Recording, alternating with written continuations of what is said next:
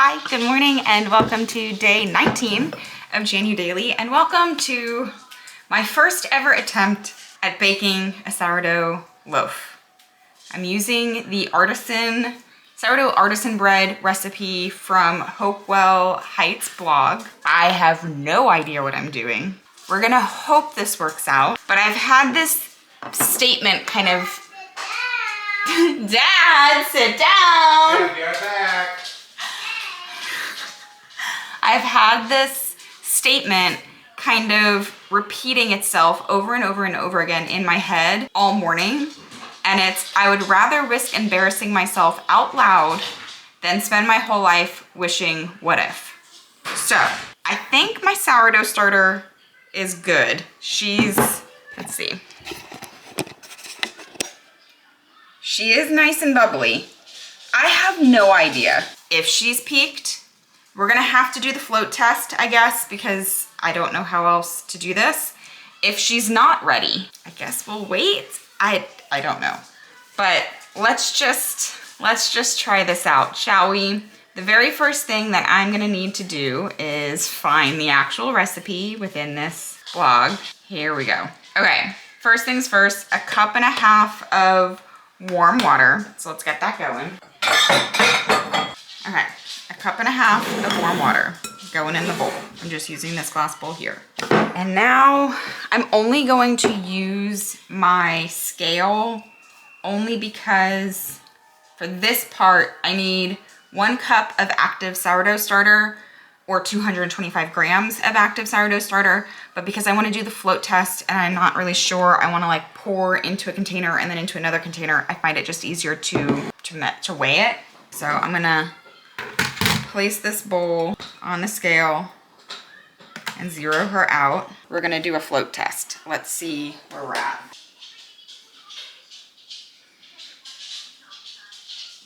All right, she's floating, right? I'd say she's floating.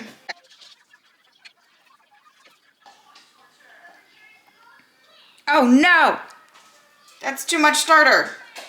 What do I do? Do I fish it out? I guess I fish it out.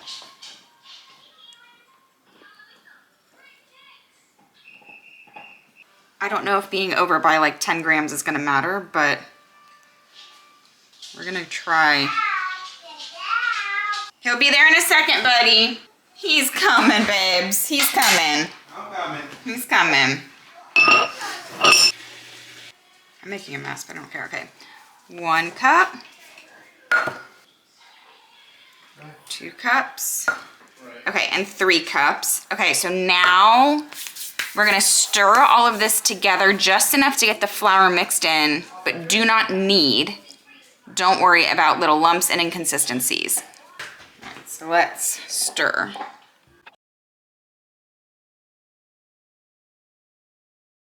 According to the blog that I'm using for the recipe, the dough should look shaggy and somewhat dry. I mean, she doesn't look dry, but she does look shaggy. There are dry like pockets, so I'm gonna assume that's what we're looking for. All right, so now it says cover with a tea towel and let rest at room temperature for 30 minutes. This initial 30-minute rest period allows for the flour to absorb the water before adding. Okay, so I'm going to cover with a tea towel and let sit for 30 minutes. Hey buddy, let's go back in here. It is time to add a tablespoon of salt to the bread. So this is what she's looking like at the mo. And let's add a tablespoon of salt. And then I'm supposed to get my hands wet and mix the salt into the dough with my hands. Okay, adding a tablespoon of salt. Mix it into the dough.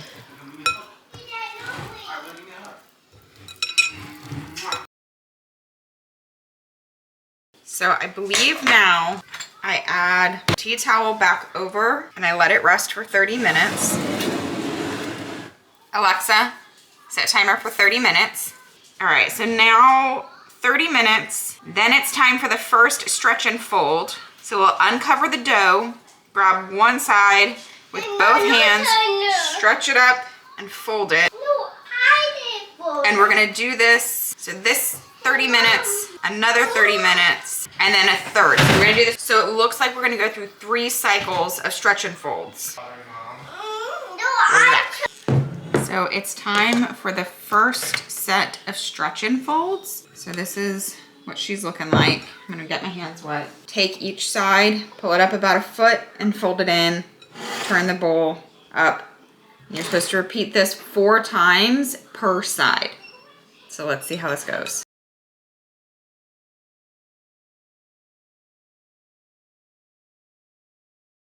Okay, that's 4. Recovering with the towel. Added another 30 minutes to the timer. I'll see you guys back in 30 minutes. The timer has gone off. It is time for our second round of stretch and folds. Same process. It's getting bubbly. Ooh, she looks much healthier this go round.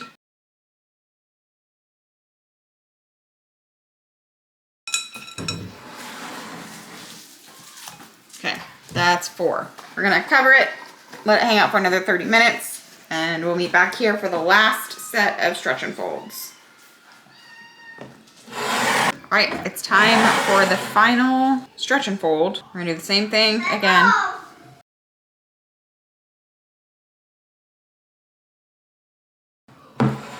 Okay, that is 4. So now I'm gonna cover back up and we're gonna let her hang out. This is what she currently looks like. Here, let me pick up the camera. All right, this is what she looks like. We want her to double in size. So this can take anywhere from 2 to 12 hours. So we'll see how this goes. It is currently 12:45, well, 12:43 if we're being exact. And so we'll let her do her thing. Hopefully we'll be able to bake her today, but if not, we'll bake it tomorrow. It has been about 6.5, 7 hours. I think my dough is ready to be shaped and put into the proofing basket. I don't know for certain. I don't know. So from what I understand, the best way to find out is to take part of the dough from underneath in the center and drop it into some water. And if it floats, then it's ready. So let's find out. Okay, so I got my glass of water. This is what the dough looks like. Here, let me show you the top. I'm just not, I don't know. So I'm gonna go into the middle.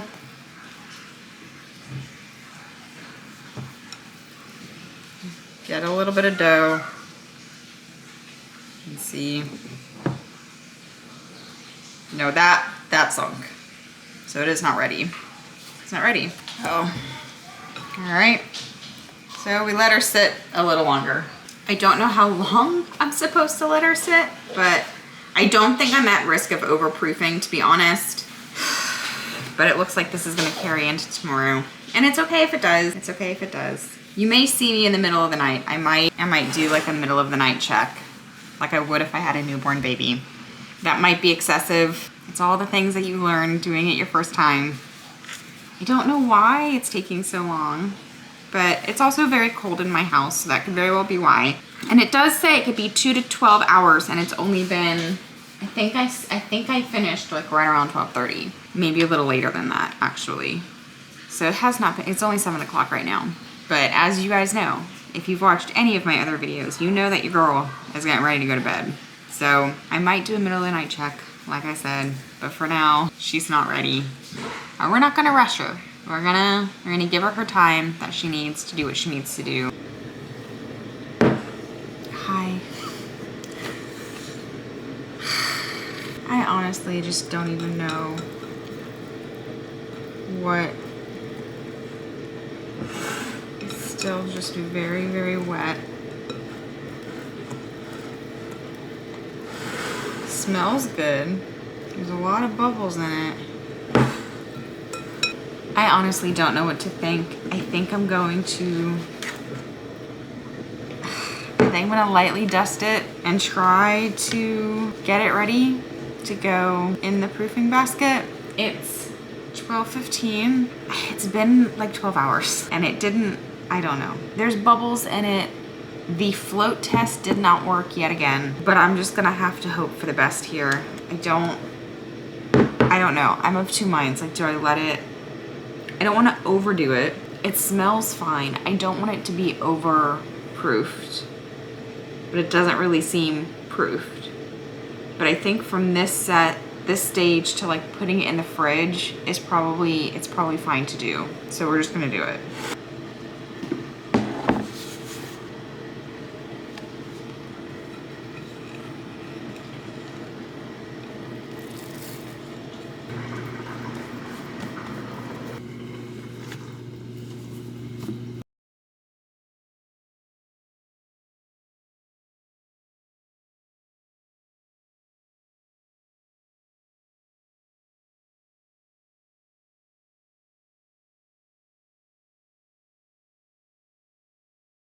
I'm just gonna preheat my oven with my Dutch oven in it.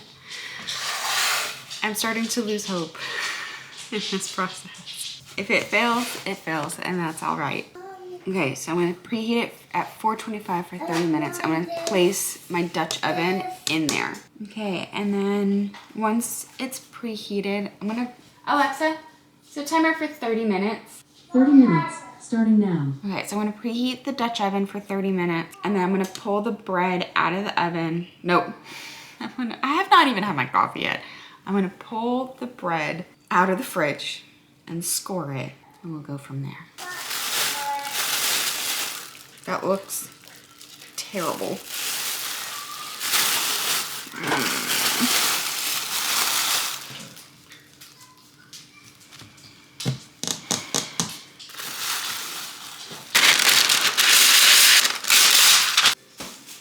I've advantaged. Those blades are really sharp. Just score the bread. Is that how you cut yourself? I didn't score the bread yet, but yes.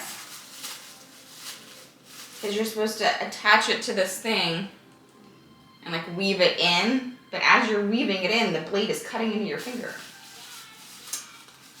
I should have watched a YouTube video on how to do it first. Because I very likely did it wrong. In fact, I'm almost certain I did it wrong.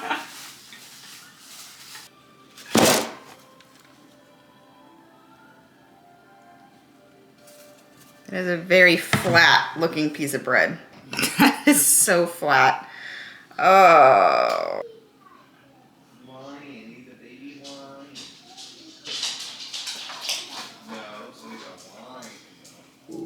Oh, this is a bummer.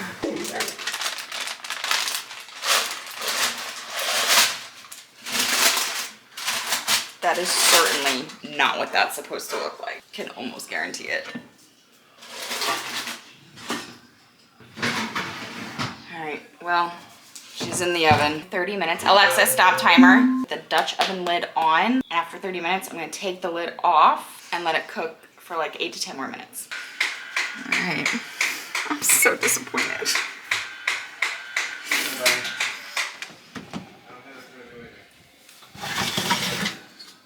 Y'all, that is gummy bread. I'm gonna broil it. I don't know that I'm supposed to do that, but I'm gonna broil it for a second.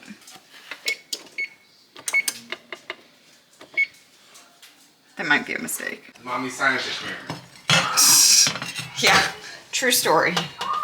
That's the only way we could describe it, as a science experiment that went very wrong. I got an F. Something smells like it's, oh God, that's why it smells like it's on fire. I definitely didn't score it deep enough. Oh my God, that is embarrassing.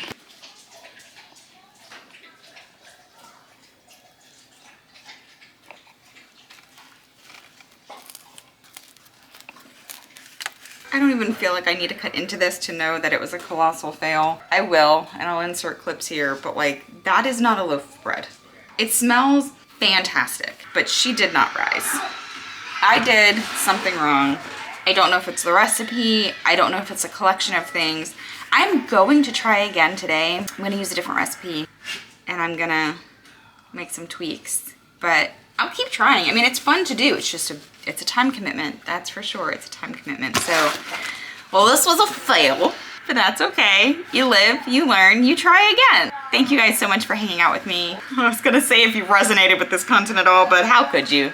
Unless you're like me and you're like, you know what? Let's just give it a go and see what happens. If you do think we could be friends though, go ahead and subscribe, like the video, comment down below. Let me know if you see what I did wrong, or if you have any tips and pointers and tricks to make it not look like this. I would appreciate it. Anyway, I'll see you guys again tomorrow, which is today. Bye.